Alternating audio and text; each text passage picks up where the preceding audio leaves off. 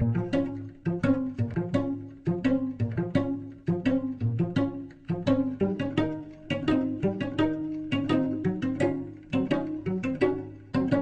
gonna make you bend and break. Send you to me without say a prayer, but let the good times roll. In case God doesn't show.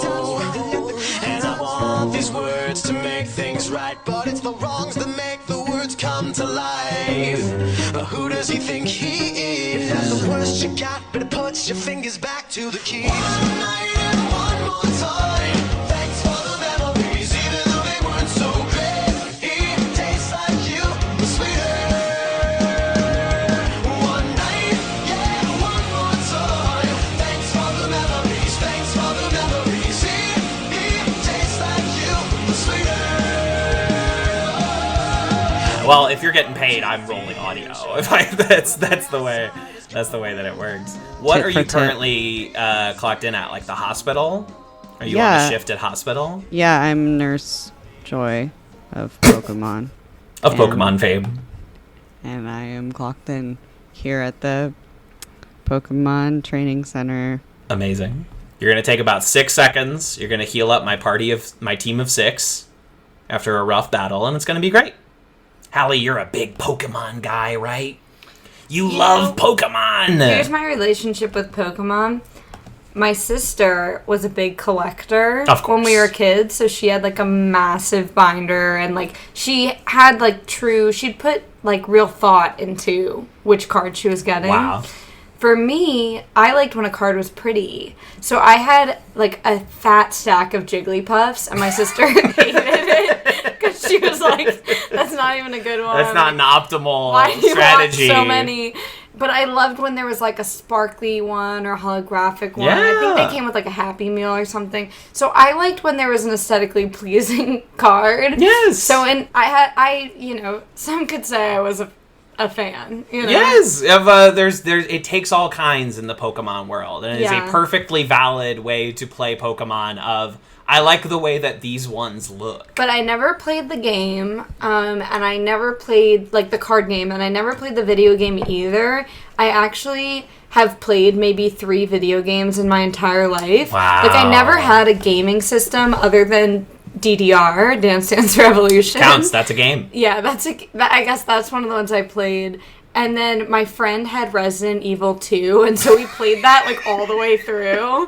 And it's actually an amazing game. 100%. And then, what else what's the third one? Oh, you know the computer game Limbo? I do. I've played that. Okay, that's a good, like, you're just kind of jumping around. Yeah. It's a very aesthetic game, 100%. And that's pretty much it. Like, I guess, like, growing up, like, people would have Wii at their house, or Guitar Hero, or Rock Band, or these. Like, those were fun. But, yeah, I was never a gamer. Oh, I played this other game. I'm thinking of every game I've ever played. Well, if it's a finite list, if it's, like, 1 or 2 hands, I think it's fine. It was, like, a horror game. It's like After Dawn, Before Dawn, I don't know. Until Dawn? Until Dawn, yeah. That sounds right. It's Breaking Dawn, part 1, part 2. Yeah. But yeah, I was never a gamer, not like for any specific reason. It just like, it never happened for me. Like I wasn't not allowed to play games, you know what I mean? Yeah. Some people's parents, like, I guess wouldn't let them. It never interested me.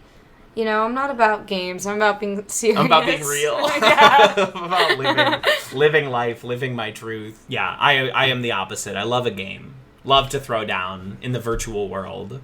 I'm somewhere in between that, where I wrote a 70-page paper on why I didn't play games and how it was society and not my fault. So wow. So you put a lot of thought into your non-gaming ways. Yeah, like too much. And thought. your whole dissertation was building a sort of virtual game space. Exactly. Yeah, building a queer game space made by and for queer people. If people ask me what my degree was in, I did one of those you get to do whatever you want things at NYU. And so I just describe it as, it's like if Sims and Club Penguin was made by and for gay people. And now you can take a shot since I said gay. Oh, you listeners at home playing the classic, especially if you're driving, take a shot. I want to see clips of you throwing one back every time Kat mentions being queer. It's a fun at-home game for our future Run the Julias at-home board game.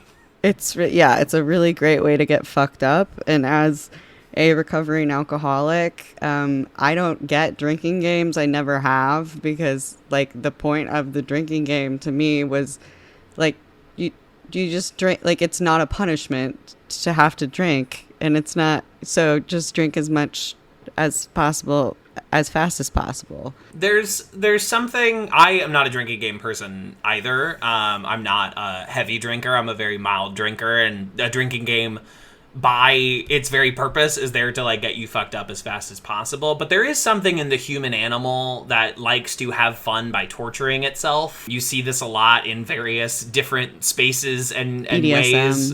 BDSM, the classic way to have fun by torture. At Abu Ghraib, it's a big party. You know what I mean? It's like people, I don't know. There's something self-flagellating in the human animal. As much as I do love the death drive, as I said earlier, I don't play games. So I don't play games. I'm here to win. That applies to all games, including drinking games. Wow. I don't believe in fun, actually. Yeah, you did say you're very serious, and we do want to honor that boundary. This will be a very academic podcast about the 2004 Mike Nichols film Closer. Yes. Closer. Oh, wait, let me do my tapping. Welcome to the Closer podcast. Audience, are you getting closer? I don't know. I never saw a trailer for this film, but I really hope the guy in the trailer was going like, are you getting closer? You know what I mean? Do you ever see trailers sometimes, especially for like mid-budget indie films coming out now, like the kind of films that play at Angelica? Do you know what I mean? Oh, 100%. Like films for like films that you're like, who's going to see this?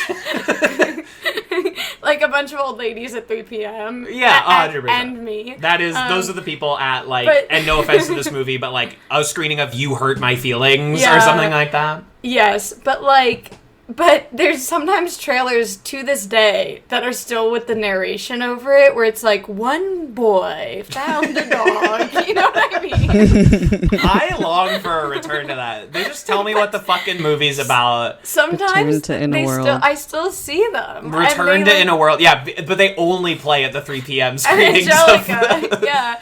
And it like yanks one woman who can't have it all. Yeah, it yanks you into the past. Into a blissful Obama era. I miss it. Yeah, I miss like a 2003 era DVD where it's all trailers for like Maddie Simmons has bad luck, and then she like falls off a ladder, and then you're like, oh, Maddie Simmons. One of my favorite bits from one of my favorite holiday movies, The Holiday. That's an ongoing bit where she starts to have intrusive thoughts as that voice, because her job is to be a sizzle reel. Yeah, trailer. Cameron Diaz, trailer editor. Again, a classic rom-com job. That's better a great than movie. Bookshop. Yeah, travel bookshop owner, famously from Notting Hill, episode we recently did. I love a rom-com job. I edit movie trailers. I am a non-specific architect. I always have maps and drawings, but of nothing in particular. Yep. I was listening to the Notting Hill episode earlier today to prepare myself, because I was like, I gotta catch up. What if there's like, what's the space? What if there's reoccurring jokes? You know, not yet. There's still time. I'm gonna create one today. You know, exactly. I'm gonna make a catchphrase. you are on episode 6. This is the time where like we need to start getting T-shirt catchphrases. I don't know. You're right. Are It's getting 6. worn. You know. Yeah, it's 6 because this isn't coming out until NICHOLSVEMBER. We are recording and uploading Mary Riley in Spooktober before this. My apologies. We are in NICHOLSVEMBER, the 1 month long celebration of the collaborations of Julia Roberts and Mike Nichols. You could do December, and it could be Saint Nichols. You know, like Saint Nick. Bump it even further. Well, Julia has a new movie in December, so that's probably what we're doing in December. Wow. I know. She's still working. You got to get tickets to the premiere, you know, for the pod. Yeah. Anyone listening who can hook it up. Come on. Yeah, all those Netflix movie premieres. They really love to roll out the red carpet for all their new movies, let you know that they exist. They're definitely not currently just like dumping a new Wes Anderson movie on there and be like, you find it. We're not going to tell you what it's fucking called. You go find it. I did think about that. I was like, why aren't these even grouped together? I was getting like targeted ads for separate ones, and I was like, do I have to like Google the like lying is the most fun a girl can have without taking her clothes off titles of all of these Wes Anderson shorts? Right. It's like you have to guess what they are. I guess like the order doesn't seem to matter. I've only watched 2 of the 4 so far, but like there's not even like they didn't treat it as a mini series or anything like that, or they didn't like put an umbrella over them. They're just like, here's 4 Wes Anderson shorts released 1 a day for 4 days. You find them. Good luck. Go figure it out, fucko. And that's been their strategy for their entire duration, and they're upping subscription prices for the privilege. I want to earnestly say fucko more. You just made me think of that. You're so welcome. Is that our catchphrase? Calling people fuckos? There's a lot of fuckos in this movie, I gotta say. There's some real fucko characters in the 2004 film Closer. Shall we get into it? Yeah, let's do it. This is, of course, Run the Julia is the only podcast brave enough to cover every cinematic work of the great movie star Julia Roberts. I am one of your hosts, TV's Kevin Lanigan. With me, as always... Hello, stranger. It's Kat Scott. I use they, them pronouns. And I am your other co-host. Amazing. And with us, a favorite guest of the collaborations of Kevin Lanigan and Kat Scott. Welcome to the show, Halley. Halley, welcome. Thank you. It's great to be here. That's Halle Berry. I'd love to be in the studio. We got Halle Berry. It's great to be back in the Big Apple. Listen, yeah, and Hallie and I are here. We're sharing a mic. It's a very professional sort intimate, of podcast but audio not too setup. Intimate. It's not too intimate. It's intimate in a friendly sort of way. Yeah, it's definitely Yari, platonic. who is listening, it's intimate in a friendly and sort Shannon. of way. Yeah. And Shannon. I don't know if Shannon listens to these, to be quite honest I with hope so. I don't begrudge any partner who does not listen to their partner's podcast, because, like, she gets enough of me. She doesn't need to, like, hear me when she's, like, babysitting. You know what I mean? She doesn't need to hear me when I'm not around. Not while I'm around. Julia should have done Sweeney Todd so we could talk about Sweeney Todd. Gosh. Did she sing? Has she ever sang in a film? I don't think Julia I've Roberts ever sang in a film. I don't know, because there is a karaoke scene in my best friend's wedding. Yeah, but I don't remember if her character or actor Julia Roberts sings. I don't remember either. In that sequence. Boy, you know, we're gonna have to figure out. We got like 60 movies. We're gonna have to, you know, pay attention. Does she sing at any point? Yeah. She gives off not really a singer in an endearing way. Like can't really Right. sing. She would have fun at karaoke, but you're not like blown away, you know. But she's a good time. She knows how to work the floor. Just no sense of pitch, you know. Oh, Yeah, no sense of pinch. In a that's what I'm charming thinking. sort of way, because you're so very beautiful. It's like, it's fine. You don't have a sense of pitch. It's fine. Yeah. Well, before we dive into this month's film, Hallie, what is your relationship with actor Julia Roberts? Do you have strong feelings? What is deep? Dive into yourself. Wow. I didn't anticipate that question, actually. I'm so even sorry. though I suppose it should have been anticipated. Right, it's okay. What's interesting is I don't really consider myself like a Julia Roberts fan, in that, like, I feel like, yeah, she's not an actor I know much about or like think about very often, even though she's so like iconic and has been in so many films. But she, like, one other thing I will say is I really hate the film Pretty Woman. I know we're not even talking about that film today. This is Get a it safe out. space. We already covered if it. you want to do like a bonus Grind episode, it. No, right now. Let's dive into The pod's it. already Let's go. out. I feel like that's like what like her biggest what she's most known for. It was The Star Maker. It was a Star Maker. So that, like, what it's like, that wasn't for me, you know. Not that there aren't actors I love that, like, you know, have done some real stinkers. They all have. But, yeah, that wasn't for me. And I think a lot of her films haven't been, like, really my thing. With the exception of Closer, as we were discussing today. Of course. But they haven't really been my thing.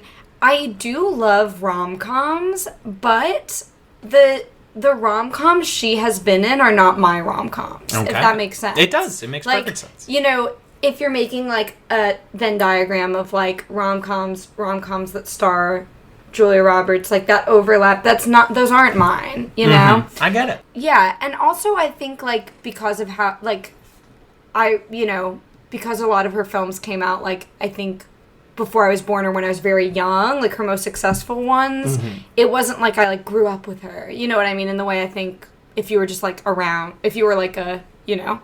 If you're approximately like 10 years older than anyone then currently she would on have this just call. been like around, yes. Of course, right. So like all that being said, I do think she's played a lot of like diverse roles and interesting roles. And before this podcast, of course, I was like looking at her filmography. I'm like, she's really gotten some like meaty parts, you know? So, yeah, I don't know. She's been the rom-com heavyweight. She's won the Oscar. But she's also done, like, you know... Eat, Pray, Love. Yeah, she's done... And, like, really serious films, you know. Yeah. She's done kind of such a... You know, she has a diverse filmography, so I think that's really interesting. It's cool to see, like, an actress who is, like, this, like, you know, ingenue kind of person take on such diverse roles and whatever. So, yeah, I mean, I'm intrigued by her. One time, I was at a house show. I grew up in Charlotte. I shouldn't say where I grew up, maybe. What if it, like, doxes? Well, I've already been doxed. Yeah. They know your first name. Yeah. Yeah. There's already anti-Semitic memes of me, so have at it. I want more, actually. If someone wants to put me on the Happy Merchant, do it. But, so, anyway, I went to a house show growing up, and I remember being struck by a shelf that was DVDs of her entire filmography. Sounds like my kind of joint. They had every Julia Roberts film, and I was really like stunned to see that. And it was like someone's like parents' house, so I'm sure it was like the mom's collection or something. Yeah. I'm guessing, but. People no, it was Dad's collection, and Dad was deeply buried in the closet. I mean, that'd be hot too. Like, but I say this because people really love her, and she's had such a huge cultural impact. So even though I don't personally feel I have that like personal connection to her. That's okay. Yeah. Thank you for opening up. Thank you for sharing. This is safe. This is all opinions welcome, as long as they are not like overtly negative Julia Roberts opinions. Which I would be interested to find that person. Yeah. Who was like, she sucks. Yeah, I mean, I think there are some like, you know, artists, actors, whatever, who like really like strike a chord with you, where you're just like, you feel like you're kindred with them in some inappropriate way. Absolutely. And she's definitely not that for me. No, but I think she's a talented parasocial artist and all of that. Yeah. So. Absolutely. Right. And so, you know, in the early days of the show, when we were kind of putting out like, do any friends of the pod have any faves they want to come on and talk about? You brought forward this film. Yeah. Closer. Yeah. Not a well-known or beloved film in anyone's filmography. I'm not saying it's not good, because the reputation, as much as this movie has a reputation, I feel like it's kind of middling. I was very pleasantly surprised and really enjoyed it. But what about Closer drew you in? Okay, wait. I want to ask you a question. Please. When I said I wanted to do Closer, though, like knowing me. Were you made surprised? Sense conceptually. Like, No. It makes perfect sense. I'm just trying to make some podcasts here. I'm trying to lay some track down. I guess the people listening don't know you very well at all. Yes. So let me tell you everything there's. While you're doxing yourself, what do you like about Closer? What's appealing to you? Well, here's the thing. There's so much to be said for it. I don't even know where we should start, but I really love. I love psychoanalysis. Oh, boy. Maybe we'll start there. I love psychoanalysis. I think this is a very, like, psychoanalytic film. Mm-hmm. I love, like, anything psychosexual. A lot of the films I love are about, like, exploring sexuality in these ways where you're, like, you know, really cracking it open and letting letting the yolk drip out, you know what I mean? Like, really getting in there. Oh, this is a yolky fucking movie. And, this movie is absolutely that in such a absurd way that I love, and I think it's, you know, I find it a very endearing film, and yeah, it's so over the top, it's melodramatic, it's psychosexual, it's all these things I love, and this is like, I mean, when you said you're doing a Julia Roberts podcast, like, this was immediately, like, the first film I thought of, because to me, like, this is my favorite film that I've seen that she's in. And yeah, I just think it's, so rich. It's a very rich film. Absolutely. Yeah, so in prep for NICHOLSVEMBER, I listened to the 20-hour Mark Harris scripted audiobook, Mike Nichols, A Life. Okay. And which just covers essentially the man's entire life. Because I was like, well, if we're covering these two, and this is a book I want to read anyway. And there's, you know, obviously that book has, you know, extensive passages on, say, The Graduate, or something like that. But by the time we get to the end here, because this is his penultimate film, he only makes one film after this, which we are covering next time on Run the Julias, Charlie Wilson's War, his final film. At least this feels like his last true movie, because it's the last movie that he was kind of very responsible for wanting to make, like pushing this along. It's obviously based on a play, which you can tell by watching it, because it is 100% people talking. But I think this movie does a good job of breaking up the monotony of people talking, and it's like we're always changing staging, always changing levels, changing locations, splitting up conversations to take place in multiple locations and things like that. Yeah. Things that are important when translating a play to the screen to just keep it from feeling dry and make it feel, forgive me, a little cinematic. You know, Julia is sort of a last minute replacement coming into this film. Oh, really? It was supposed to be Cate Blanchett. Oh that my makes God. a lot of sense. No offense, Julia Roberts. No, I get it. No, I understand. But Kate was big time pregnant, and they didn't felt like that would work for the character very well. And this movie takes place over a long period of time, so it'd be weird if she was pregnant the whole time. But Julia's kind of like a sub. Julia's coming in off the bench here. Whoa. And she comes in, and you know what? I think she's great in this movie. I really, really do. Not even just like as a last minute replacement. I was very, very impressed. Not that I didn't know she was a good actor, but this is different than something that you see Julia Roberts do.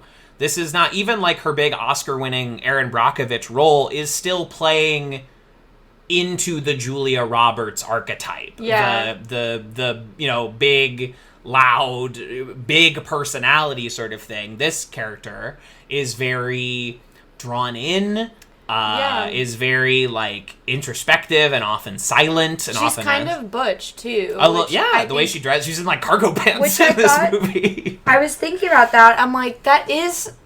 Like, honestly, the Cate Blanchett makes a lot of sense because she has, like, you know, that masculine energy. Not to simplify things in these ways, but you get what I mean. But yeah, Julia Roberts is such an ingenue kind of actress, you know? Absolutely. Anyway. Kat, what was your relationship with this movie? Like, had you seen it before, or...? No, I was in London last summer, and there was an opportunity to see a play closer, and I was like, what's that? And they're like the Natalie Portman movie. Like, which, the one where she's a stripper with pink hair. I was like, oh, okay. Yeah, I don't need to see that. So that was my relationship. Well, Natalie Portman was not in the play. You know what I mean? She was not in the play you would have seen in London. Right. So what's the point? So that was it, really. I think I just was probably like, I don't need to see a Manic Pixies story right now. It was like the hottest summer in UK's like recent history, like the last century or something, and it was our like one day off or something. I don't know. Whatever it was, I didn't see that. So when I was like, oh, right, I still haven't seen the movie, I wasn't expecting really anything. I was like, this is probably going to be some like male fantasy, Manic Pixie nightmare, and Julia Roberts might be in like 2 scenes. So I had very low expectations. And then you roll into, you know, like that first scene between Jude Law and Julia Roberts, and you're like, this is going to be an interesting fucking movie. There's operations happening here that you don't see. This is a very interesting place for all of our, you know, 4 principal actors here.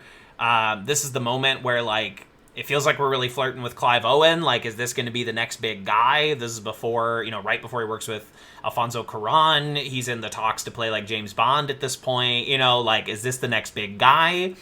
In the play, Clive Owen had played the Jude Law part, and then years and years later, when they made it into a movie, he decided to switch over into the doctor role instead. Natalie Portman is, you know, at this point, I mean, had been a child actor, obviously, in Leon or Heat, but right now, obviously, I think most people on planet Earth in the year 2004 know her from Star Wars movies.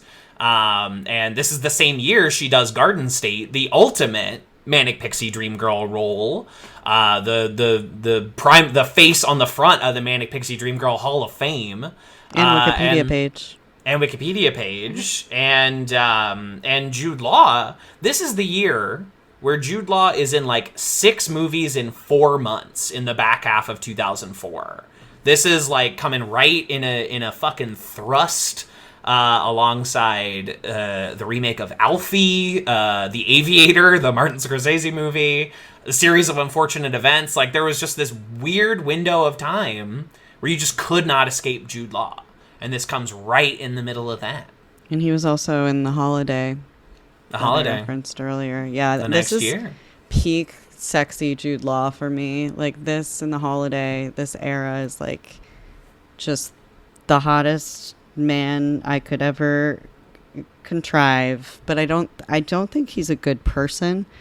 Probably, I think. Vaguely. No, I would not say he's a good person. Misremembered headlines of TikToks, of Instagram, of whatever. I don't remember what makes Jude Law bad, but I know he's not There's good. the, like, pretending to be a woman who rejected you online. There's the stalking her outside of her apartment. You're talking about the character. You're talking about the character. Oh, yeah. Oh, I'm sorry. I didn't realize we were talking about Jude Law the man. I know nothing about Jude Law the man. Yeah. He was also a very sexy, like, it was sexually, I think the age that I saw the film that is probably more and more relevant this year, AI, Artificial Intelligence. Oh, of course. That He played movie? a male gigolo. That movie fucked me up in a way that Me I cannot. too. Yeah, I can't handle AI. Fucked me up. Yeah. Absolutely not. Cannot- That and Bambi fucked me up. Yeah. Oh, and Requiem for a Dream because I watched it like as a child. But those three, AI, Requiem for a Dream, and Bambi. That is are the holy three. trinity of fucking you up really early.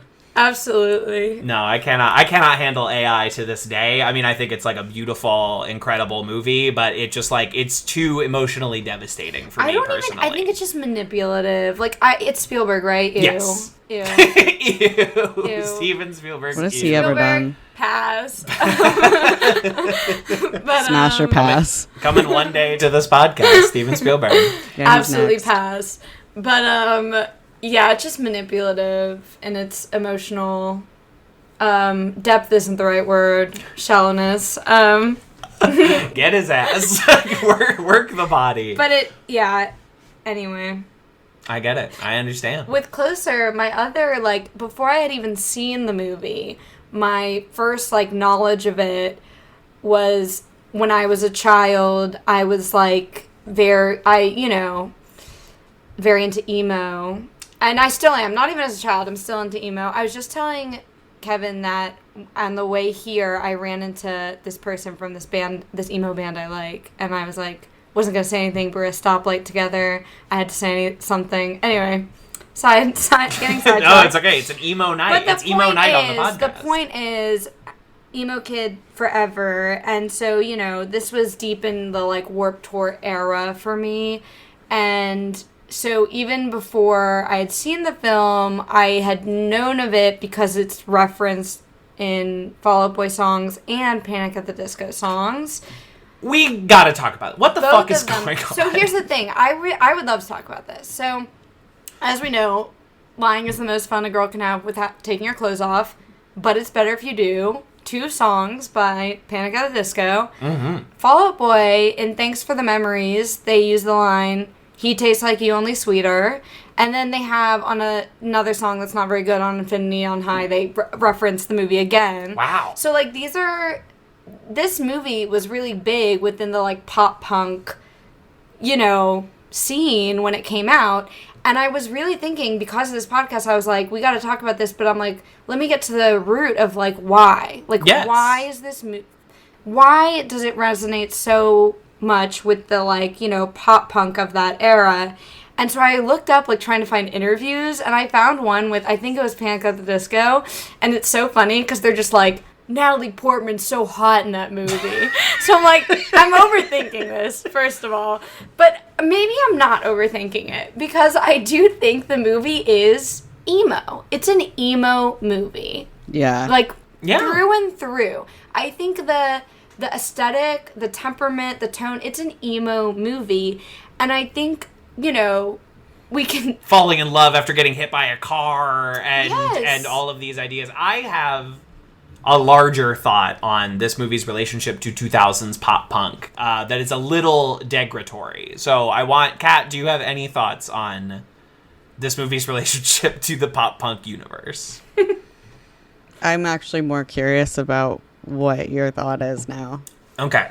Now Because I'm hyper-fixated. in sitting down in this movie, I didn't know any of this going into the movie, and then at one point, Julia Roberts turns to Clive Owen and screams, "He tastes like you, but sweeter." And I was just like, I was rocketed out of my seat. Did you recognize it from Of Thanks course, for the Memories? yeah, Okay. because that song was inescapable during Yeah. my youth, right? Like, Yeah. that was in there, and I knew about, and she said lying is the most fun a girl can have without taking her clothes off, and I'm like, that also, I didn't know Panic as well, but, like, that rang something to me. Mm-hmm. And you have to sit there and you wonder, like, this is a movie about, like, well-to-do Londonites Yeah. kind of just falling in and out of love with each other. Why is this, like, resonating with the pop punk scene of, like, the 2000s? It shouldn't resonate with anything having to do with punk. This is not a punk film. You say it's an emo film, but it's not a punk film. It's not It's a pop punk film. It's right. an emo film. And I think the pop is part of it, because I enjoy some pop punk from time to time. I love a Bowling for Soup, obviously. I love a Blink-182 or what have you, but specifically in relation to Fall Out Boy or Panic at the Disco, there is an inherent poserness to those acts that actually makes a lot of sense. Yes. Why they latched onto this erudite, rich person movie called so Closer. glad.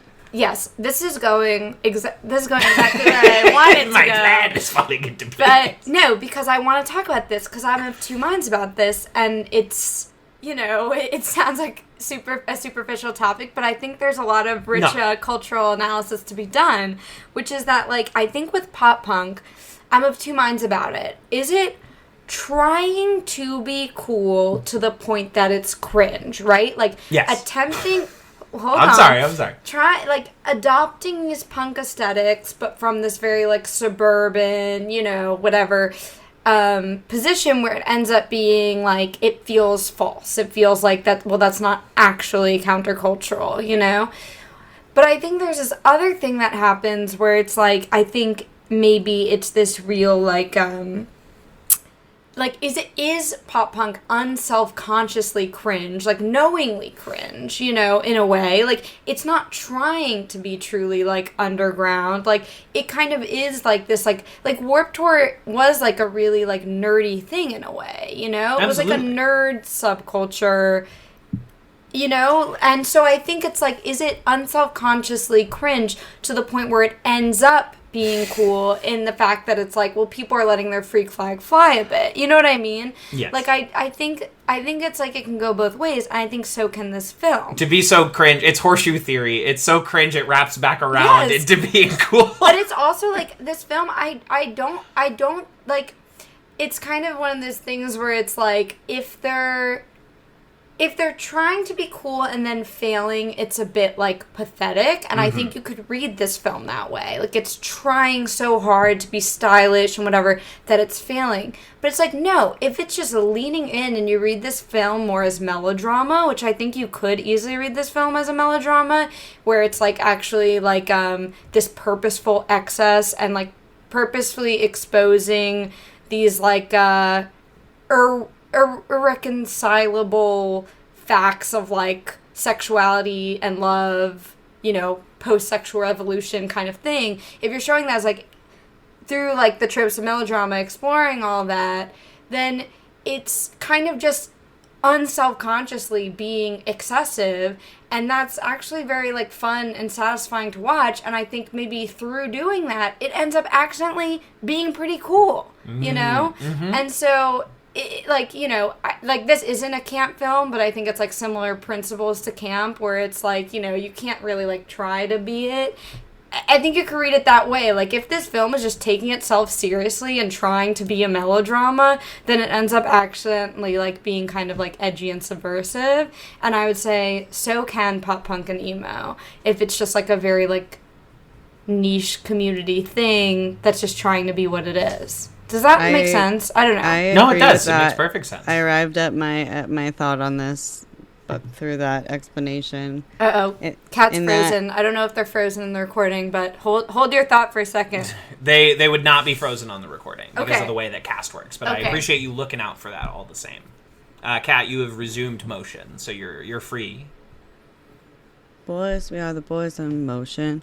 My thought on this is that I feel like the Natalie Portman manic pixie type, that is who, like, pop punk boys, like, idealize as their sexual type. So I feel like she's kind of the anchor that would, like, bring in that interest. Like, there's, like, sort of this, like, instead of, like, the rock star and the groupies, it's like the pop punk rock star, and then this sort of, like, manic pixie girl as, like, the counterpart, the sort of, like, psychological warfare, like, male manipulator vibe. And so I do feel like it's her that anchors. She could be in any environment and happens to be in this, like, British psychological thing, but as long as she's doing everything that she's doing, all of her scenes, I feel like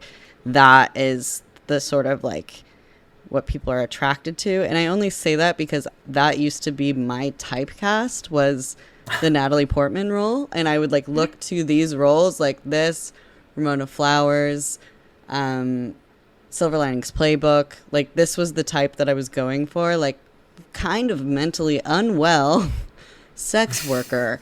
And then I just saw a Facebook post today that said it had been 6 years since my first drag performance, which was to pop punk. It was, like, to Car Radio by 21 Pilots, specifically because the queer, trans mask, and butch population of Missouri attached themselves to the genre of pop punk to be drag kings for some reason, which originated from this drag king named Ryder, who by day is a chemistry professor at Washington University, and by night is this, like, 40-year-old drag king.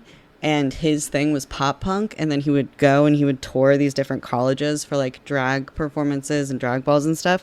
And it had this trickle effect of, like, all the baby gays, like, starting to be like, oh, like, I want to do drag. And then they started doing pop punk.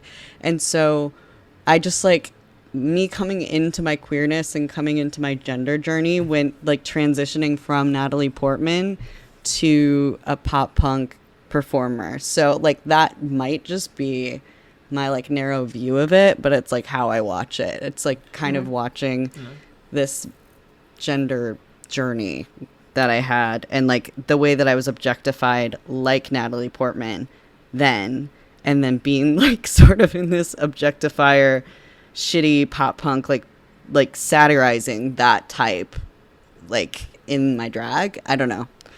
Yeah. There's a lot there, and I feel like every drag performance I've been to, which is not a lot, someone has done Never There by the band Cake.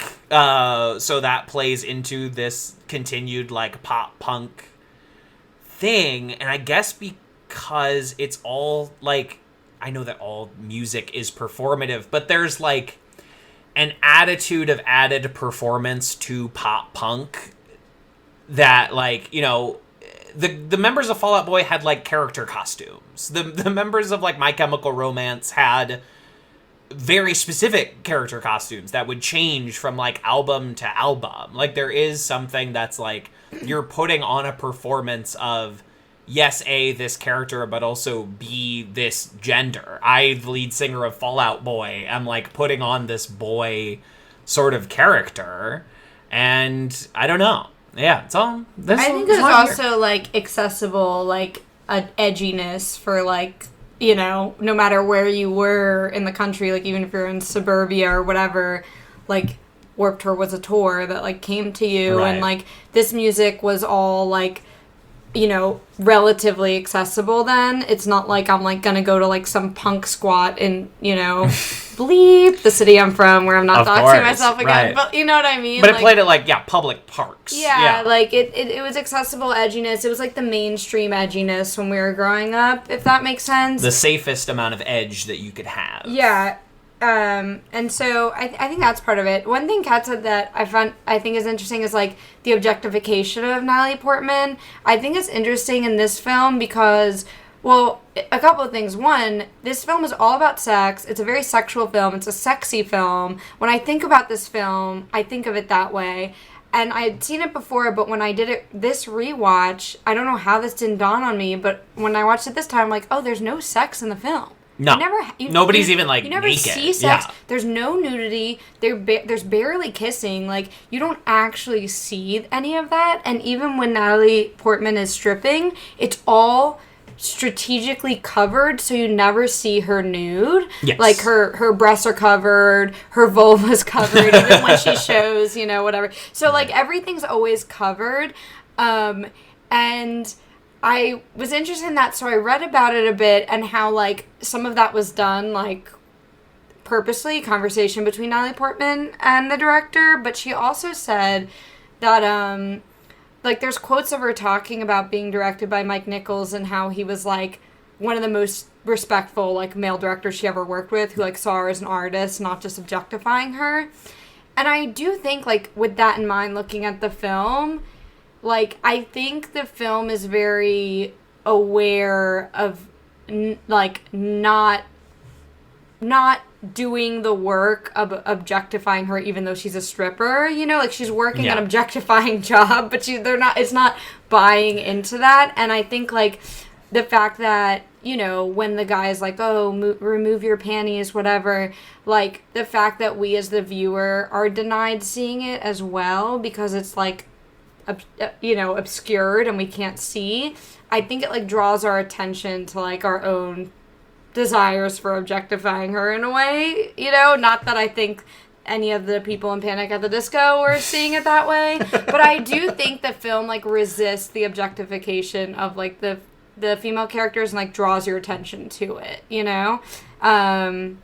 Maybe I'm giving it too much credit, but no, I do think it's that. all in there. And I think, like, you know, there's a lot of very hot people in this movie who I cannot speak for all assembled members, but, like, some of these people, you know, they were getting a rise out of me. You know, like, it's a sexy film. It's a sexy movie, but it's about, like, a simmering sexiness. It's sexiness in, like, a slow cooker. It's all about, like, looks and whispered conversations, and it's like you find, you know, the Julia Roberts character sexy in this movie not because she's, like, constantly naked. You find her sexy because she's, like, withholding and powerful and, like, but also her moments of vulnerability in the face of that. You know what I mean? Like, the way that you're watching this person, you're like, this is, like, a, you know, professional photographer with a great loft in London. Like, this is a successful person, but, like, the ways she is manipulating or being manipulated, it's all this, like, very, I don't know, erotic back and forth, as like disgusting as this movie can also be. Yeah. It's a very, like, I don't know, it's exciting to watch this, like, back and forth.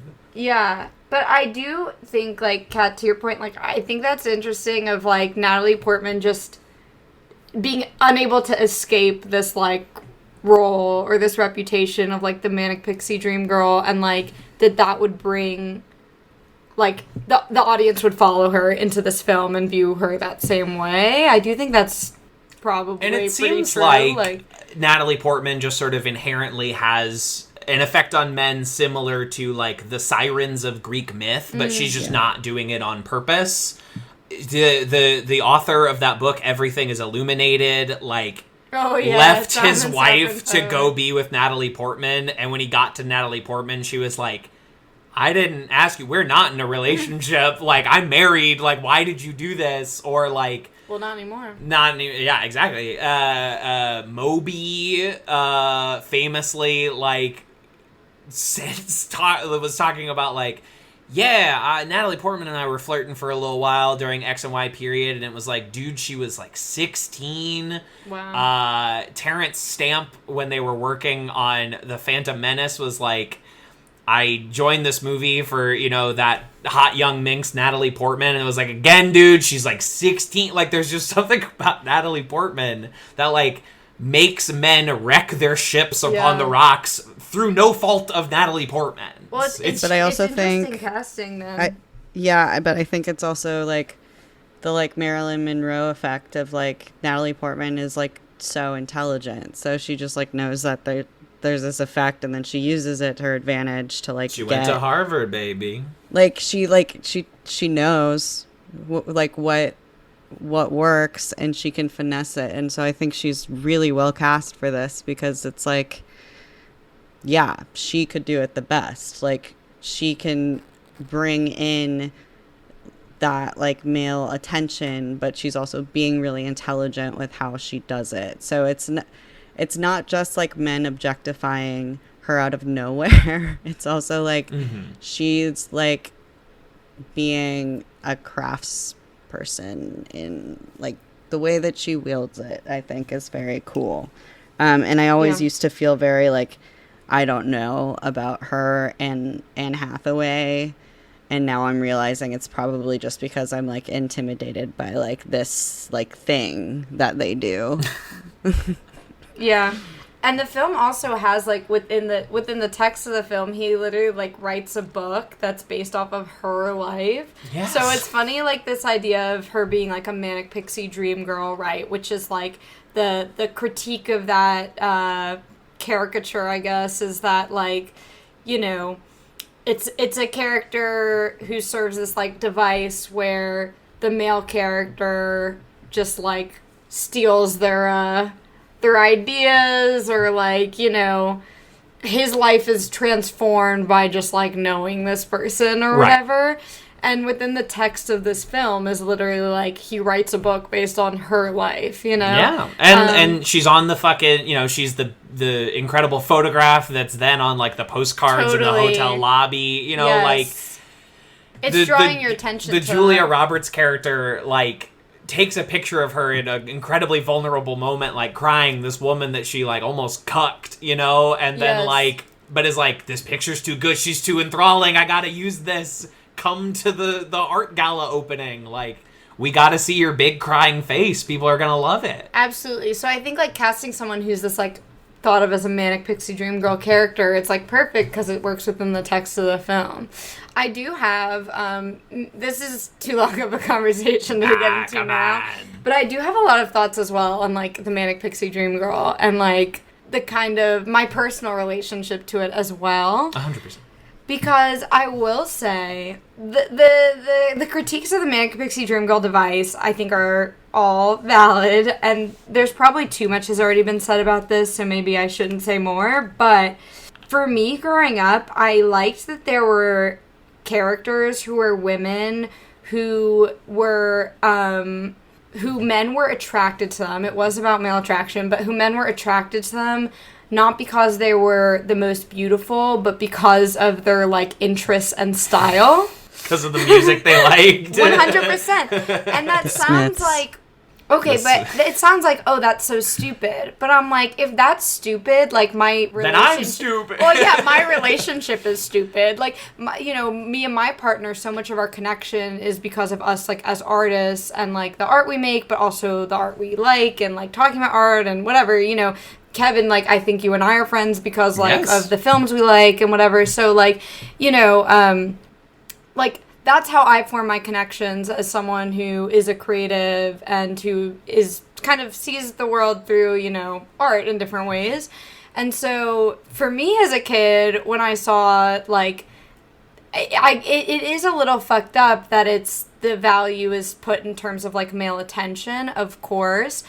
But it did make me feel like a woman could be something in these films, especially romantic films, which, as I said earlier, I do like, something other than just, like, the most beautiful, 100%. And, like, not that I'm not also the most beautiful. I'm kind of a triple threat in this way, where I like the Smiths, I'm beautiful. I do it all. The triple threat, those are both my threats. Yeah, those are my threats. But there's also something that happened with the Manic Pixie Dream Girl archetype where it became a type of person and not a function within a story. Yeah. Where we started looking at any character that resembled Natalie Portman in Garden State or Kirsten Dunst in Elizabethtown, where we get the term from, or like, a Zooey Deschanel 500 Days of Summer. We started taking any quirky girl and calling them Manic Pixie Dream Girls, right. Which is not the proper application of that term. Right. Because, you can say what you will about any of those films, but like, there is a certain amount of agency to Summer in 500 Days of Summer that like disqualifies her from the role, despite the fact that she is played by Zooey Deschanel and likes the Smiths. Yeah. Well, I also think it's more like the way that Joseph Gordon-Levitt perceives her as a Manic Pixie Dream Girl, but she's actually far more dimensional. Like, that's what I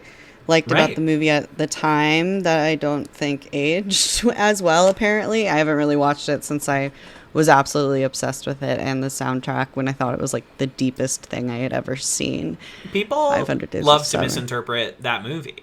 That movie is about a woman setting very clear boundaries and a man ignoring them because he's like, well, we're going to be in love. Yeah. I'm not calling it like a secret masterpiece or something like that, but people just like have a wrong idea of what that movie is even about. Yeah. But in terms of those films, like the ones that were unfairly maligned and the ones that were accurately described, yes, these characters who are women who had like real interests, I think was always very appealing to me because like it's rare that I would see like a romantic film where I felt the woman had like cultural interests. Right. And so I definitely identified with that. But yeah. Obviously a flawed trope, but I do think this film Closer is in conversation with the Manic Pixie Dream Girl and as it's being created. You know what I mean? Yeah. Yeah, it's happening like because again, this is the same year as Garden State. Like this is where that archetype is going to take off like a rocket soon hereafter, and like the movie is already like ready to swat that down with the person who will create the archetype. Yeah. It's incredible. It could not have been planned at all, but it's just it's remarkable that it worked out like that. Yeah, and Natalie Portman's character literally like uses a fake name, which is revealed right at the end, which I think this is this kind of like over the top like excess of the film that is both cringe and endearing, where it's like I loved it. Her name was what the whole time? It's like incredible. Inception Dude, vibes, I loved that. The final loved shot that where shit. she's like dolled up walking down New York City. I'm like, this is a fucking as like the worst song I've ever heard plays. Yeah. It's ridiculous. I love it too, honestly. It's but great. like But yeah, like, she's literally, like, using this fake name for years, like, 4 years or whatever it is.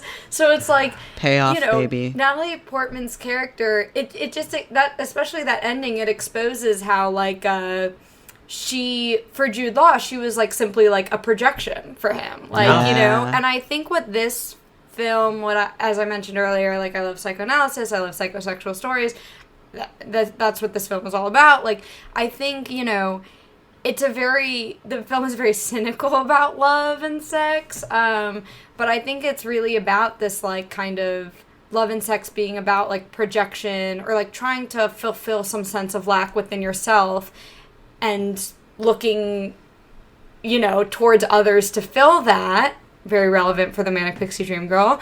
But it, it exposes it at every turn. So, I don't know. Absolutely. I don't know. It's thorny. It's dense. And, and you have, I think we're talking about this character a lot, but I think the Natalie Portman character is an interesting person in this dynamic because she is demonstrably younger than everyone else at play. You know, she does, would be very easy to manipulate a young person when everyone else is in their 40s or what have you. No, but she's floating above it all. Exactly. She's the secret fucking mastermind. Yeah. No one can touch her. She's Jewish. Of course, right. So. You, the only person on this call that can make that joke. It's something. I don't know. You've got notes. I don't have notes. Is there any? I told Kevin I brought notes because here's the thing. I am not a podcaster like y'all pros. So I'm I need to have if I panic and don't have anything to say, I need to be able to look down and be that's something I can say. So of course. I did bring notes, but I bring notes to everything. I've literally brought notes for dates before. I don't show the person. I actually love that. Do you like whales? And you flip over the card. I sometimes when I know I'm gonna talk to someone later, I'll make a note in my phone of I want to say these things. On the way over here, I was thinking in my head I want to tell Kevin about these things. I think I got them all. I think you listen. You're a pro at this. You got it all. You got it on the rundown. Yeah. So I am a big note maker, I guess. Even mental notes, I suppose. I didn't write down the list of things to say on the way here. It was a mental list. It's all locked in. It was a mental list, but I wouldn't put it past me to write it down. Yeah. I don't know. 100%. Yeah. I think I've been watching a lot of Nichols movies since I read that book, I'm at 6 for the year or something like that, just filling in all these blind spots. And I think this movie fits in a very interesting place in his larger filmography. It's kind of a throwback to the beginning of his career when he's doing Who's Afraid of Virginia Woolf or something like that, mm-hmm. Or he's a storied on-stage director as much as he is an on-screen director, and this feels like him kind of right before the end punting it back to his graduate days of these sort of very small intimate character pieces that are all just about observed human behavior. There's a lot of little bits of body language and things that I find very interesting in this movie. Especially the scene where Julia is telling Clive about her affair. And there's just a way he keeps staging her, framing her, and the way, her hands are all over her face, that she's kind of just retreating behind them at certain points. It's a very good movie to just sort of watch blocking and watch the way that scenes are staged. And we love to talk about levels when we're directing stage, but it's true, and the levels are changing and the dynamics are changing. I also just think it's a very fun wrinkle to throw into a play of a character actually hearing what people are saying while they were in the bathroom. Because normally in theater terms or sitcom terms, a bathroom wall is a soundproof door that through which nothing can travel. If someone's out of the room, they can't hear anything. And if you are raised on, media like Kevin Lanigan, you might make that mistake in your real life and start pretending a kitchen door is a soundproof wall. But I think it's very interesting when she comes out of the bathroom. She's I heard everything that you just said. I was 2 feet away. It's a wooden door. Yeah. That's a nice wrinkle. That's a nice curveball. Yeah, the blocking's cool, and I think it's so much of the film occurs in these kind of in between moments. You don't actually, as we mentioned, you don't see sex, but so you don't see cheating. You never actually see when they cheat on each other, you know? And you also never see, any of the big decisions they make. You don't see her not turn in the divorce papers. You don't see anything, So you really only see these, in-between conversations when it's, the fallout from the decisions they've made. You never see the decisions. In between sex. Right, at the scene where she's serving him the divorce papers and Clive Owen says, I slept with Natalie Portman. You really don't know whether to believe him in that moment. He could be completely just talking out of his ass just to try and manipulate her. Right. They do sleep together right after that scene. But then, you're not sure if he slept with Natalie Portman. And then later Natalie kinds of confirms it, but, like, not really, you know? I've seen this film multiple times, and it's still unclear to me if they slept together multiple times or just that once at the strip club. Was, like, it's very ambiguous, but I think it's, like, it's exciting. I think it makes the movie fun to watch, because as the viewer, like, you're put in this position of being, like, lied to and manipulated and feeling, I think, what the film's about, which is, like, these kind of, you know, sexuality and, in quotes, love being ultimately about power, you know, and, or not just power, and again, like, fulfilling this sense of lack you feel but can never, like, a hole you can never fill, you know? Yeah. And so I think because, like, you're kind of in that, as the viewer, you don't know who's cheating or who's not, you, like, constantly feel like you're being lied to and, like, out of control, you know? Forgive me, you feel a little gaslit watching this movie. You feel a little gaslit, A Starz original series starring Julia Roberts that we will have to talk about one day on this pod, Gaslit. But you feel a little gaslit. You don't know who to believe. You don't know, and you can also sit there and how much are the characters lying to each other and how much are they lying to themselves? Am I right, folks? True. How much is Jude Law lying to himself? Or also, like, what are their motivations, you know? Right. Like this question of, like, do they actually love each other? But then you go down the rabbit hole, which it takes you down of, like, well, then what is love? What is sex? Why did he do any of this? What do you, like, you know, it's like, if they could cheat, like, what meaning does that have for them to sleep together? But then, like, if we slept together, then what meaning did that have if you could do it with this person? Like, This is the rabbit hole that cheating leads you down of, like, what is the meaning of sex? What is the meaning of love? What is the meaning of any of this, you know? And, this film makes me think a lot of this, like, very cynical, but I think funny Lacan quote that's, like, love is giving something you don't have to someone who doesn't want it. Let's go! And, like, it's very... You know, I don't know if I even fully agree with it, and it's obviously there's more to get into with its meaning, but, like, I do think it's an appropriate quote for the film, and, like, you know, I think it's weird because it sounds like a very frustrating film to watch, but it's actually fun. Like, I think it's because of the melodrama and the excess that makes it, like, fun. It keeps it very lively. I don't know, this isn't a very, you know, like a staid kitchen sink drama. You know, it's all about, like, simmering pots and people, like, especially the Clive Owen character. I feel like every scene he goes into, he turns up the heat a little bit on everybody's pot. He's trying to get everybody to boil a little bit, intentionally or no. I think it's also, like, the way that the film manipulates you and how you feel about the characters while it's happening.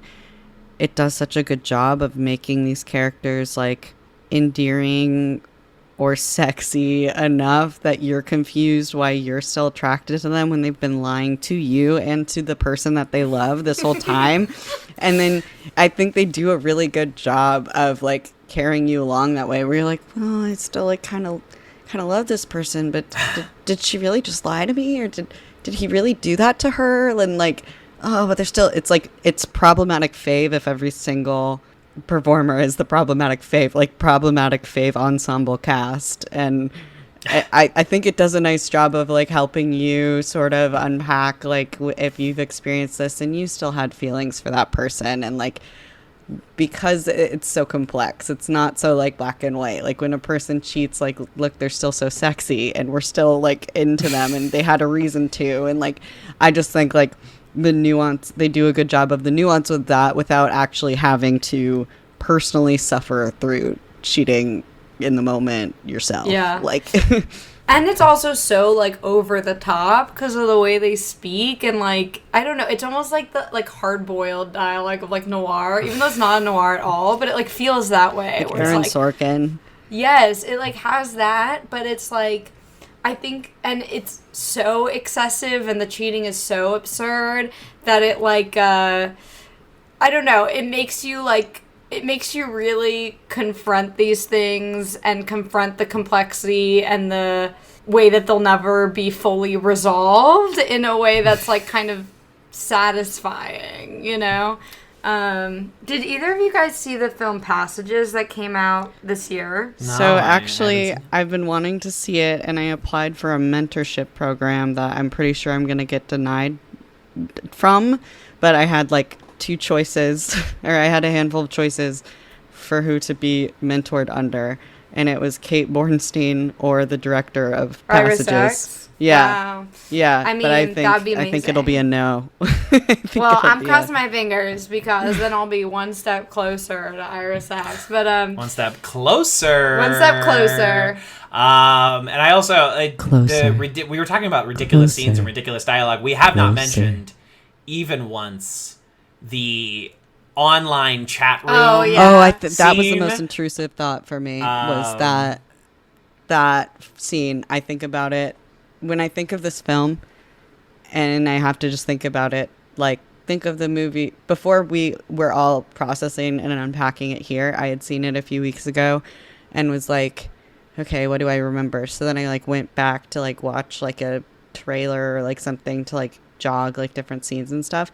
But before I did that, the only thing I could think about was the chat room scene because it stuck out so much to me. I was so enthralled by it. Yeah, I think my so favorite gay. line in the movie is when Jude Law types, "I lick it off, the dirty slut I am. Wait, have to type with one hand. Am coming right now. Oh. Ooh, 1, 2, 3, 4, 5, 6, 7, 8. I love how turned on they were. I Who just among love. us has not? It's very back and forth forever. Like Miranda July, you know. 100%. But yeah, that scene is great. What do you Great think of it? scene. What's I what think it's stuck gay. out to you about it? I think it was. It is gay. I think it was the gay that I was craving in this film. Seeing 2 men like catfish each other like that and just it was amazing because like they weren't being honest either side. One was pretending to be someone and the other one was like lying at work. Like it was just beautiful. I love the lengths that horny men will go to save face and also be horny, and I think the writing was fantastic. I think the spelling of everything was amazing. I know it was like in the vernacular at the time, abbreviation, yeah. but I think it's like a beautiful vessel of like, it's like a time capsule of like what chat rooms was, and I'll think about it until I die. Here's a fun recurring segment from the show, where I say, put yourself in their shoes. How could this happen to me? Okay. And we're gonna put ourselves in the shoes of Julia Roberts at the aquarium. Okay. Clive Owen shows up, trench coat, doctor coat, goes into the whole thing. Yeah. Is this charming or is this terrifying? Do we go on a date with this man after this has happened? After we find out that he has been catfished by someone pretending to be you? Are we charmed? Are we going out? Are we getting coffee with the balloon man? Or are we running away? Are we diving into the fish tank? I'm pulling out my open carry gun. London's an open carry state now. It's state, yeah. Yeah, it's an open carry state. The I'm state pulling out my baton. pulling out my illegal pepper spray. If someone's like, "You're here, I've been waiting for you." I'd say you must have listened to me you- on Kevin's podcast. Do you marry this man? You must have heard me dox myself. That's what you knew to find me at the Coney Island Aquarium. That'd be so far for you. That'd be such a journey. Yeah. Well, there's my answer. Cat? Well, Kevin, I actually want to know your answer first. No way. No way. I'm not. Even if he looks like Clive Owen circa 2004, like, no. I think it's just like that's such a bad foot to start out on in a relationship. Okay, wait. Because if you think he's a pervert? Yes. Or at least, like, I'm sorry, if someone has been like catfished by someone pretending to be me, like, I don't know if I could ever get over that hump. I'd be kind of flattered in a way. I guess, like, right? If they're using like photos of me, I'd be like, that's a weird choice. Because like if they, again, Who am I? back to Manic Pixie Dream Girl, I'm like, if they put, like, some, like, facts about me. Right, maybe. right, because it doesn't even say, like, I am somewhat famous photographer, Anna, whatever. It's just, like, meet me at the aquarium. I'll be by the fish. Yeah. If it was more of a reversal, if it was like Kate Blanchett holding the balloons and doing this, like I think if if it wasn't a straight white dude, or maybe if Hugh Grant played Hugh Grant, he played his Hugh Grant. Yes, I met someone on the internet. Then I might. I don't know if I would like go on a. If he was so blinky, if he was blinking at you. If he was blinking me like beat for beat that he wrote in the script, then I probably would get coffee, not in a romantic way, just kind of in a like. Tell me your story. We need to unpack this. Tell me your tale. How did you end up here, buddy? But I do think I'm a little too prone to serendipity and whimsy that I might be like, what does this mean? I would want to know more. Curiosity killed the cat, Scott. Can't. How could this happen to me? Wow, what a film. There's so much going on in this movie, and I like it. I feel like it's just been on Hulu forever for anyone who wants to like go watch it. It's worth a watch. I don't think we like spoiled anything because it is just mostly people talking in rooms, Yeah. It's not a big plot revelatory film. If all you know about this movie is Natalie Portman, pink wig, Fallout Boy, like there's more to it. There's a lot going on. I will say the Natalie Portman pink wig is like, that look is iconic to this day. Like people to this day, like, will dress up as that for Halloween and stuff. And, I think, does that say much about the film? Probably not. But I do think, like, to create such an iconic image is a feat, Absolutely. And I do think, like, Natalie Portman's style in general in the film is, like, very great. Like, I love the coat she wears and her red hair at the beginning. Very emo, very emo. So that's the appeal there. A lot of good looks. A lot of good looks. You get to see a different side of London than you normally get to see in this picture. Yeah, I feel like there used to be movies that were, like, cool movies. Yeah. Follow me here. Like, 500 Days of Summer, in a way. Like, these movies cool. That were, like, oh, if you're, like, kind of hip, you like this movie, Yeah. And definitely in like the late 90s, early 2000s, I think there were like a ton of these, especially like movies focused on like young people, teens that are very like gritty, like Brick, Oh, Donnie Darko. Donnie Darko, like, and those movies are all like cool movies. Do you know what I mean? Fight Club, 100%. Like, they're movies that like, but they're very different, and they're very stylistically different, but there's just something about them that was like, they weren't just responding to the culture, they were creating the culture in a way, and they were like, inspiring, like, fashion and music and all of this. And I think now it's like we're in a completely different space where there aren't, in my opinion, I feel like there aren't movies like that where it's like, oh, well, that's a cool movie. I think A24 wishes it could do that, and is like trying. But the thing is, it's like, I think because of the internet and social media and all this crap, like, we're always, like, we never just live in the culture. We're always reflecting back on it all the time, every second, where it's like, holding up a mirror to itself. So it's like a movie's, like, all the A24 crap. I think, like, Euphoria is a great example of this. Is that even A24? What is? Euphoria. Oh, it the is, right? HBO show? I have no idea. Well, Yeah, whatever. I think it's one of its first. It has to be. Yeah, TV it seems like it would properties. be because it's But it's vacuous so, like, and 12-year-olds like it. Yeah. It's so, like, looking in on the culture in a way where it's not, like, just doing its thing and, like, creating it, if that makes sense. Like, it's too... Weirdly enough... It's collapsing in on itself. The closest thing that I can think of to that right now is the Wes Anderson trends on, like, various social... TikTok is like, I went to France, but in a Wes Anderson sort of way. And, like, that's the closest. But the problem is people aren't actually watching Wes Anderson's movies. They are watching Wes Anderson TikToks and copying those TikToks. But it's not like everyone rolled out for Asteroid City to get new style tips. But, and, like, with Closer, for example, as...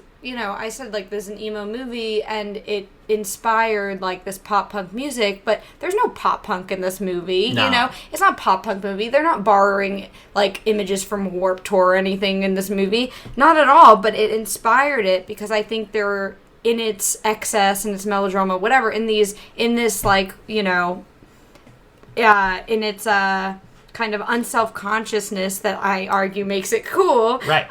It ends up being, and it's just like, emotional and edgy, whatever. I think it inspired culture, and I think this is like in the canon, in my personal canon of like the cool movies of like the late 90s, early 2000s. This is a cool movie, like in the same way these Donnie Darko, whatever. I don't even mean that in like I'm not even using that as like a compliment or like a positive term. I mean it like neutrally. Yeah, it's but just, it's a movie that cool inspired movie. like multiple popular rock songs. Yeah, Like that's something. Right, 100%. And I think part of the issue with creating new ones, like new stylish, new cool movies, is that like to be a really cool movie, there is a certain level of earnestness and unself-consciousness that we have talked about many times in relation to this movie that is necessary. And we live in a culture of ironic self-detachment. Yeah. And you can't...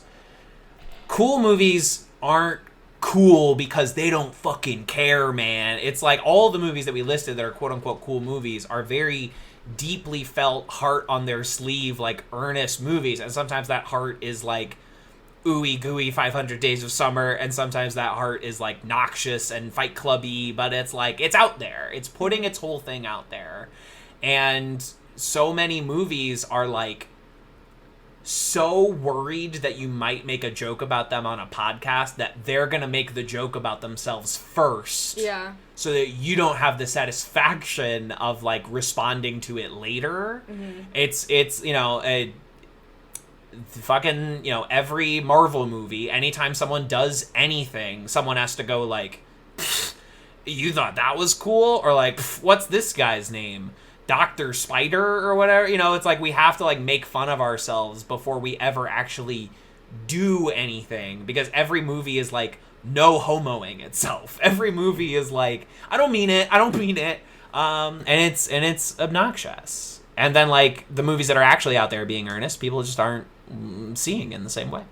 Yeah, and I think there's also just like not a canon in their way there kind of could be in the past too, because like we're just so like bombarded with content and shit all the time. There's no monoculture. No, and there's not that even, Closer like, was super monoculture-y, but no, but it was this kind. It was the mainstream counterculture, the same way like pop punk and stuff was. Yeah. Interesting film. Ridiculous film. It's a very it's like ridiculous. Like you could totally like sit and like make fun of this film if you are not trying to have an amazing time, Yeah. Because that would be not fun to make fun of it, as you're saying about 100%. no homoing. But I think, if Fall Out Boy hadn't taken it, I think like gay online culture would really have a field day with He Tastes Like You But Sweeter, and especially like Julia's delivery of it and everything. I think there's something that was left on the table, unfortunately. But Fall Out Boy, they took it. They ran with it. It's also like faux poetic in a way. I think it's very like pop punk. Like the whole movie, not just that line. The whole thing is like this like faux poetic. But I mean that lovingly. It's like, it's definitely lines that like I could imagine myself like writing on the side of my like Vans sneakers growing up, which I did with like so many lyrics, or like leaving as your like aim away message. That's a little before me, but still like, when you had your duct tape shoes, yeah. Amazing. Kat, any concluding thoughts on Closer? Yeah, I had a thought that wasn't a resolved thought that was that Closer reminds me of the L Word, the TV show. Let's go. Wait, I'm following. I'm in. I'm out. I just, with all of the everyone's cheating, but everyone's sexy still, but everyone's kind of fucked up, but you're still watching. And then also I feel like Natalie Portman is what Jenny Schechter wishes she was, if you know what the L word is. Jenny Schechter is a character that is actually like the creator of the L word, making fun of herself and her group of friends.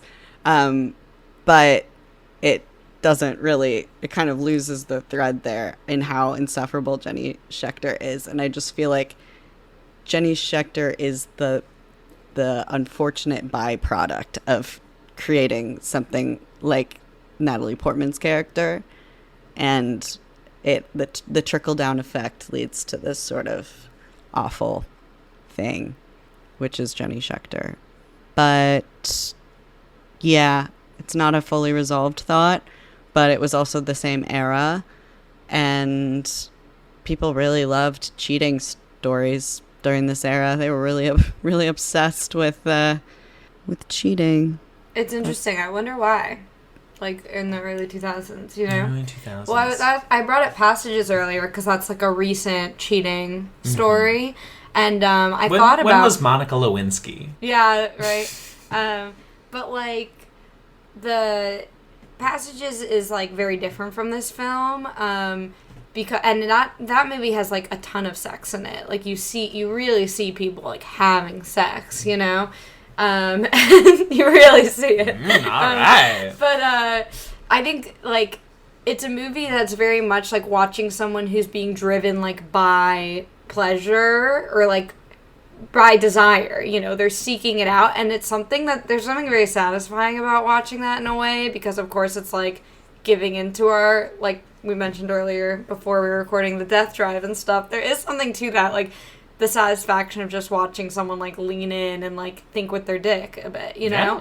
Yeah. And it also reminds me a lot of Love Island in that way, another thing I love. But it's very Love Island vibes. Love Island. There's something satisfying about watching the characters on Love Island who, like, get their head turned at Casa Amor, because you're just like, oh, what would life be like if you just, like, you know, were motivated so much by desire and pleasure. But this film, Closer, I feel like the characters are not at all motivated by desire and pleasure. They're motivated by, like, the most cynical, deluded version of pleasure that's all about, like, power or, like, control or, like, who's with who and why. And, like, I don't know. It's very different from, you know, other cheating stories, I think. Absolutely. Yeah, so this is a hearty recommendation of Closer. Not a guarantee that, you know, you and the audience will love it, but it's an interesting 40 movie with a lot going on, a lot of good performances. I don't know. Check it out. I do have another little game thought experiment that we could play. Well, I'm not gonna play because I don't play games. You hate games, but Kat can play, and play stupid games, I'll win stupid prizes. Be the ref. Okay, great. So what I was thinking is, as we go along, we could kind of maintain the Julia Roberts Mount Rushmore, or the Julia Roberts, you know, Hall of Fame. When we cover various films, do they make it onto, you know, onto or into these sort of spaces? I'm going to assume that the movie we covered before this, Mary Riley, is not making it into the Hall of Fame, is not making it onto their Mount Rushmore. But, you know, we have 4 movies up there right now. You know, your Pretty Woman, your Mystic Pizza, your Ocean's 11, your Notting Hill. So, sorry, is Closer making it onto that mountain? Making it into the doors of the Hall of Fame? What do we think? I do think that this is more of a Natalie Portman vehicle, and I think Julia Roberts did great, all things considering. I think once you said the Cate Blanchett, I'm like, yeah, it feels as if this was written for Cate Blanchett.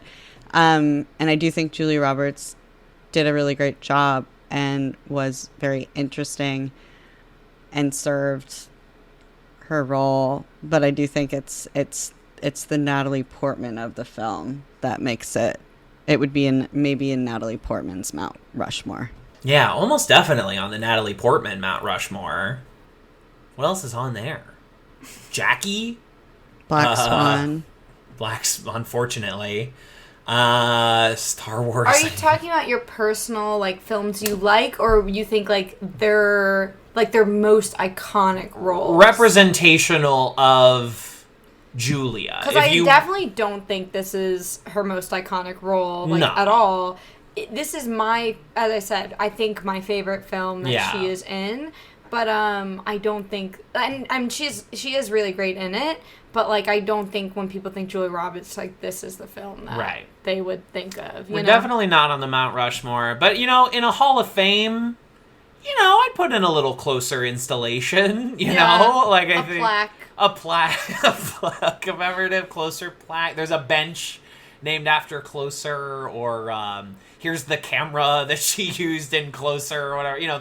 There's a little emblem from Closer there, but it's not. We're not opening up the Closer wing. It's not Pretty Woman. I know you don't like that movie, but like in the Julia Roberts Hall of Fame, of course, there's a Pretty Woman wing, a permanent exhibit. Yeah, exactly. Yes.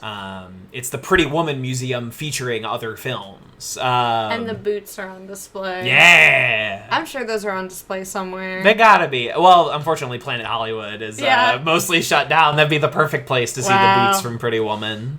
Wow. Yeah, that would be something. Amazing. So, I don't know. Closer, check it out. Coming up next in NICHOLSVEMBER, we'll be talking about Charlie Wilson's War. The final film by Mike Nichols. Not a beloved film by anyone, but we'll be talking about it. Run the Charlie. Run the War, which is what Charlie Wilson did. Cocaine Charlie, as they called him. Run the War, Charlie Wilson is, I think, the proposed title. Well, you can find me at Kat Scott online on Instagram. And you referenced Blink-182 earlier. There's a really good chance that I am in the background of a Blink-182 music video that is dropping soon. Fucking go! That's where I can find you. Wow. There they are! Yeah, let me see the name of the song. Travis! They just dropped the title of the song on their Hell yeah. Instagram. Yeah, I know they dropped a couple singles recently. I thought Dance one of with them me. was pretty good. Dance with me. Dance with me. It's I signed an NDA. It's a song. It's fun, and I'm probably in the background somewhere. Yeah. Unless I was so sweaty that they edited me out, which is a really good possibility. Blink-182, no sweat. Pristine, beautiful, clean skin only. They'll clean it out in post. Their editors really They got the sweat guy, like, hand coloring it out, like when they airbrush, people for fashion shoots, and you're like, that's not human skin anymore. Yeah. Amazing. Halley, I know you've been afraid of doxing yourself. Anything you want to share with people? Number, address, social security number, my mom's phone number. What can I share? I'm on Instagram. Great. I love carbonated water it's I_love_carbonated_water. Letterbox, seltzer. Iconic. Just the word seltzer. I love. And that's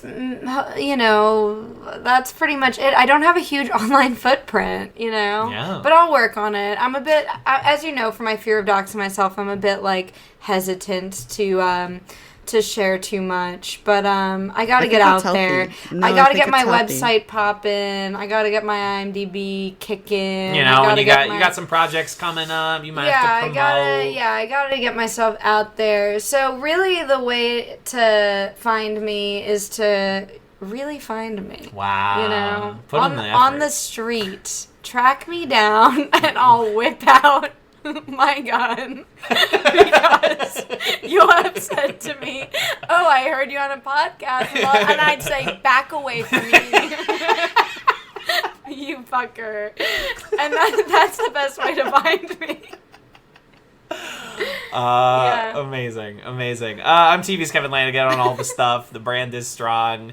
For as little as $1 a month at patreon.com/tvskevin, you can get these episodes a full week early. You can get archives of old shows. You can get exclusive shit. And you can encourage us to continue making this podcast and cover more. So And that. you also get a personal ASMR video from Kevin Yeah. every month. Yeah, every month, personal ASMR. New promise. That tier is $25 a month. New tier. I'll send you an ASMR video. It'll be great. And you know what? If one person signs up for it, I'll do it. But no special requests. You get what Kevin You wants get to what make. you fucking get. But you're gonna get one of those like really involved ASMR videos where it's like, I'm your boyfriend and you just came home from your shift at work and be like, how was the IHOP? Oh, IHOP was good today. Did anyone order the Rudy Tooty Fresh and Fruity? Your boyfriend soothes his striking Waffle House employee after a long day on the picket line. Babe, you deserve $25 an hour. I think you're the real heroes. I believe that. My ASMR character is just expressing my real feelings. So that's that. Like we said, NICHOLSVEMBER continues. Next episode, Charlie Wilson's War. And then in December, look out, Julia's got a new movie. So I guess we're going to be talking about that. Until then, please remember that he tastes like you but sweeter. Closer.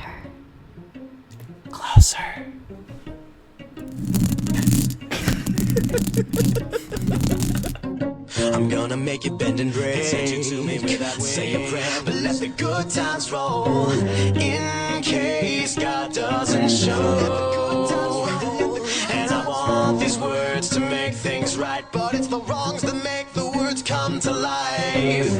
Who does he think he is? That's the worst you got, but put your fingers back to the keys. One night and one more time. Thanks for the memories, even though they weren't so great. It tastes like you, sweeter. One night, yeah, one more time. Thanks for the memories, thanks for the memories. It tastes like you, sweeter. I'm looking forward to the future, but my eyesight is going bad.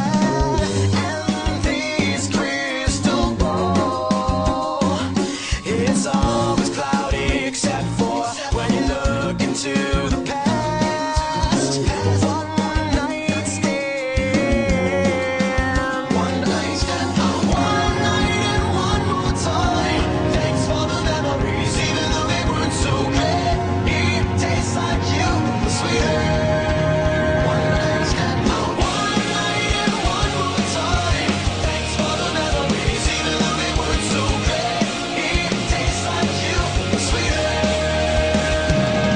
One night, yeah, one more time. Thanks for the memories, thanks for the memories. It tastes like you, sweeter. I only think form of crunching numbers in hotel rooms, collecting pensies to lovers. Get me out of my mind, get you out of those clothes. I will run away, forgetting you into the moon. Whoa. One night and one more time. Thanks for the memories, even though they weren't so great. One night, yeah, one more time. Thanks for the memories, thanks for the memories. It tastes like you, sweeter. One night, one more time. Thanks for the memories, even though they weren't so great. It tastes like you, sweeter. One night, yeah, one more time. Thanks for the memories, thanks for the memories. It tastes like you, sweeter.